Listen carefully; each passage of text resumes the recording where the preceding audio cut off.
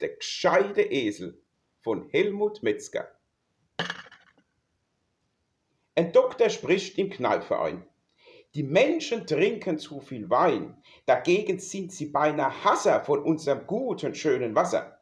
Die Tiere, die sind zehnmal gescheiter. Ich will's beweisen, fahrt er weiter. Wenn man einem Esel mal zum Spaß zwei Ämer hinstellt, da vor die Nas, jeweils ein Inhalt drin, ein nasser, im einen Wein, im anderen Wasser, wisst ihr, woraus dann voll Instinkt der gute Esel jetzt trinkt? Natürlich weiß es jeder Schneesel, vom Wasser trinkt der gute Esel.